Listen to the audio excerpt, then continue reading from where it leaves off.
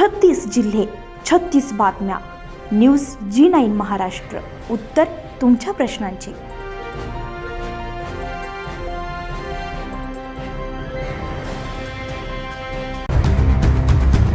महावितरणाच्या ढिसाळ कारभाराचा फटका पुन्हा एकदा शेतकऱ्यांना बसला असून सिल्लोड तालुक्यातील भवन येथे शनिवारी सकाळी 10:30 वाजेच्या सुमारास विद्युत वाहिनीचा कंडक्टर तुटून विजेच्या तारा थेट शेळ्यांच्या अंगावर कोसळल्यामुळे 3 गर्भवती शेळ्यांचा जागीच मृत्यू झाला. या दुर्घटनेमध्ये सुमारे 60,000 रुपयांचं नुकसान झालेलं आहे. 2 अल्पवयीन गुराखी मात्र थोडक्यात बचावलेत. शेषराव सखाराम गायकवाड यांच्या मालकीच्या शेळ्या नेहमीप्रमाणे चालण्यासाठी साईनाथ गायकवाड वय वर्ष 17, प्रसंजित खरात वय वर्ष 15 या सिद्धेश्वर सहकारी साखर कारखाना परिसरात घेऊन गेले होते. सकाळी 10:30 वाजेच्या सुमारास विद्युत खांबावर अचानक मोठा आवाज झाला आणि त्यावरील कंडक्टर तुटून विद्युत तारा खाली कोसळल्या.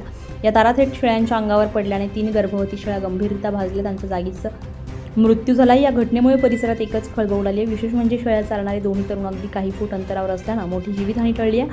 त्यामुळे महावितरणाच्या निष्काळजीपणाबाबत ग्रामस्थांत तीव्र संताप व्यक्त होत आहे. न्यूज G9 महाराष्ट्रासाठी शेख नदीम, छत्रपती संभाजीनगर.